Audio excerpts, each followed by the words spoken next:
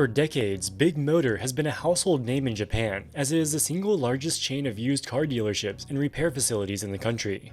They had 300 locations across the country, 6,000 employees, and they generated the equivalent of $4 billion in annual revenue.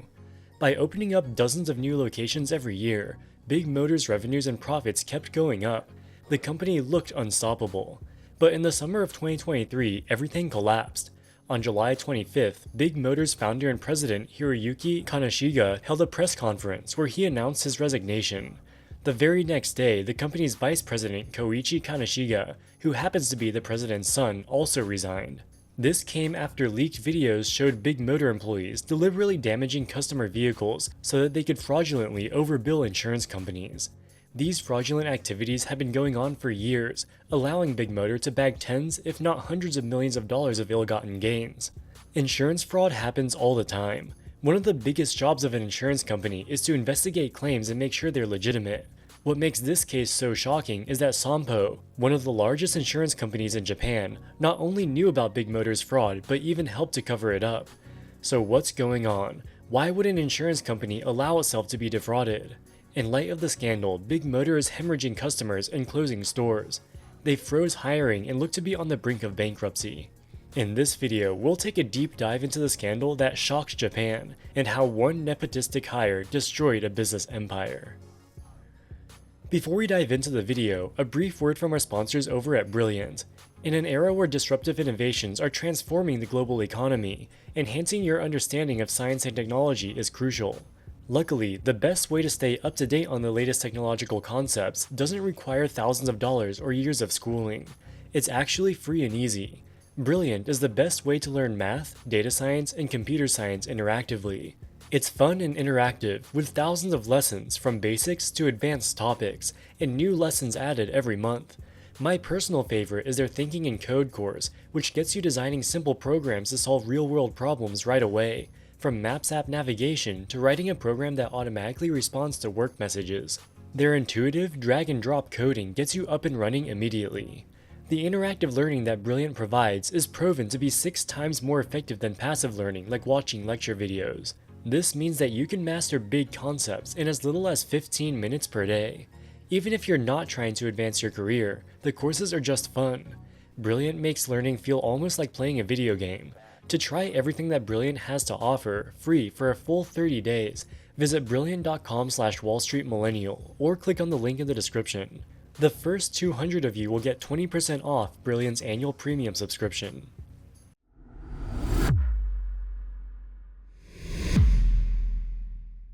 Big Motor was founded in 1976 by Hiroyuki Kanashiga.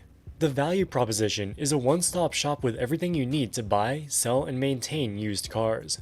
In addition to having an inventory of used cars, each location also contains a repair shop where you can get your oil changed, replace your tires, or other minor repairs. For more serious repairs, Big Motor ships the cars to larger repair centers, which have access to more sophisticated equipment. Throughout the 1980s, 90s, and 2000s, Big Motor expanded rapidly, spending tens of millions of dollars on television commercials and opening up hundreds of locations around Japan. In addition to their core revenue sources, Big Motor also makes money as an insurance agent. Whenever a customer buys a car, a Big Motor salesperson recommends them a car insurance policy, and Big Motor receives a commission from the insurance company. Many of the car repairs they perform are covered by insurance, so their relationship with insurance companies was very deep indeed. Around 2015, Hiroyuki Kanashiga was getting old, so he appointed his son Koichi Kanashiga to be vice president of the company. While he was technically only the vice president, Koichi became the de facto chief executive with decision-making authority. His father's ultimate intention was to step down and have his son take over the reins. Standing at 160 centimeters, or 5 feet 3 inches tall, Koichi was a man of small physical stature. Many of his friends and colleagues called him by the nickname Conan, in reference to a popular Japanese TV show starring a child detective. But as we'll see, Koichi made up for his small size by adopting a larger-than-life management style. Shortly after graduating college, his father arranged a job for him at Sompo Insurance, which is one of Japan's largest insurance companies and happened to be a major partner of Big Motor. Around that time, 37 Sompo employees also quit and took managerial jobs at Big Motor. As we will see shortly, Sompo would become a key enabler of Big Motor's fraud. After working at Sompo for just 1 year, Koichi traveled abroad for postgraduate education. Specifically, he went to New York to earn a Master's in Business Administration, or MBA, from University of Rochester. Upon completing his degree in 2015, he came back to Japan to become vice president of Big Motor. From the first day, Koichi gave a bad impression. For starters, he would never stop bragging about his MBA degree. He wanted to establish a clear contrast between himself and mid-level managers, most of whom started as mechanics and lacked higher education. Koichi believed that for the business to grow, he needed to set aggressive sales targets and establish a regime of radical accountability for each store manager.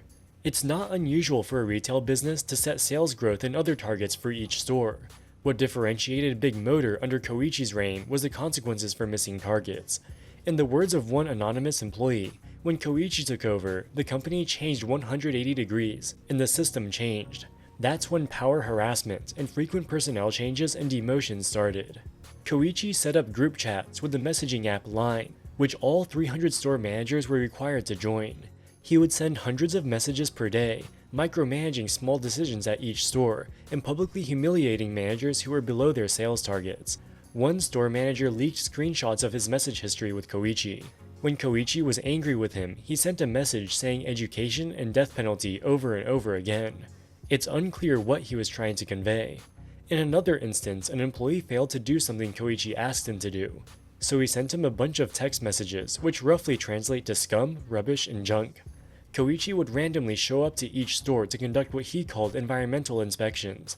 If anything was not to his liking, he would demote the store manager on the spot, leading to a significant decrease in salary. One of Koichi's biggest sticking points was that he didn't want any trees or shrubbery obstructing the view of the cars from the street. He would have store employees use herbicides and other tools to destroy any vegetation between the parking lot and the street. These actions were almost always in violation of city ordinances. When you set excessive standards for employees, they'll do whatever it takes to meet them, regardless of ethical or legal boundaries. For example, Koichi would closely monitor the Google reviews of each store and demote the manager if they were not good enough. So managers would create numerous fake Google accounts and leave fraudulent 5-star reviews. Koichi maintained an internal ledger of all of the store managers. Each store had a sales target to meet. Managers who missed their target would have their salaries reduced, and that money would be given to the managers who exceeded their targets. This created a massive incentive to exceed or at least meet the targets. Managers who are on track to miss their targets always have one final trump card to play: fraud.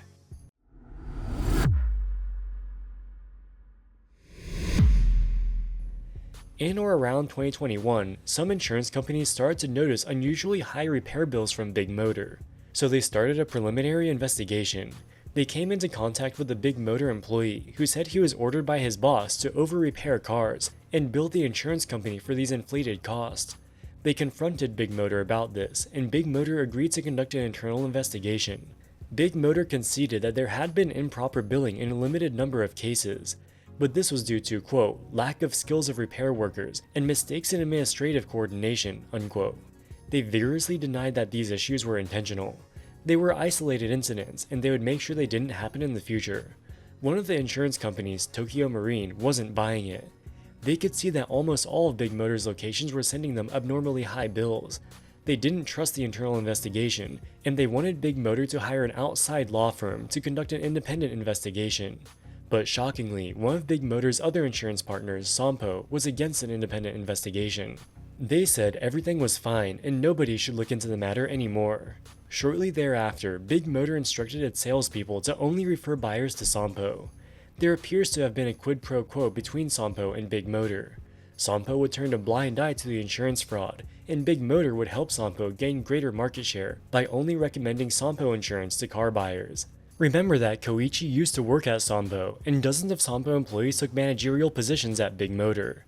This was a lucrative arrangement for Sompo, as they received more than 10 billion yen, or about $70 million per year in insurance premiums from Big Motor referrals. They possibly figured that the overbilling was a price worth paying for this market share, and at the end of the day, it was the consumers that paid the price. When you get into a car accident, the insurance company generally views you as a more risky driver, and your insurance premiums will increase. When Big Motor overbilled for a repair, Sompo paid for it initially, but they would eventually recoup this loss by raising the insurance premiums for the unsuspecting policyholder, who ends up footing the bill in the long term. In early 2023, the walls finally came crashing down. A video leaked on the internet showing a Big Motor employee showing his colleagues how to puncture a customer's tire with a screwdriver. After that, numerous employees anonymously testified that they had been told to intentionally damage customer vehicles. This included slamming socks filled with golf balls onto the cars and scratching the paint with screwdrivers. With this smoking gun evidence in the public domain, Big Motor finally bowed to the pressure and hired an outside law firm to conduct an independent investigation. The results were released in the summer of 2023. Out of 104 employees surveyed, over 60% of them said that they had been ordered by their supervisors to intentionally damage cars to receive bigger insurance payouts for the repairs. This was ultimately the result of Koichi's unrealistic sales targets and draconian incentive structures. As they were being exposed, Big Motor's senior executives attempted to cover up the fraud. They ordered all employees to delete their line messaging apps in an attempt to destroy incriminating evidence. They also made pathetic attempts to explain away the illegal cutting of roadside tires in front of Big Motor stores. In an official press release, they said street trees and shrubbery at several of our stores were likely to have died due to the effects of herbicides used during store cleaning activities. I don't know of any herbicide that can cut down a full-grown tree, leaving only a stump. Big Motor and Sompo Insurance are currently being investigated by Japan's financial regulator. It is unclear at this point if criminal charges will be filed, but either way, it looks like it's game over for the company. Founder and president Hiroyuki Kaneshige and his son Koichi have both resigned in disgrace. Hiroyuki gave a public press conference where he apologized for the fraud. Koichi, on the other hand, has made a concerted effort to avoid the media and has increased security around his mansion. Sales have decreased substantially at almost all Big Motor locations as consumers have understandably lost confidence. They have already started closing some of their stores and instituted a hiring freeze. They have 60 billion yen of debt, equivalent to about $400 million. Banks are now unwilling to lend to them, given their deteriorating financial condition. With this, what was once Japan's most popular car dealership has met its untimely demise. Alright guys, that wraps it up for this video. What do you think about Big Motor? Let us know in the comments section below.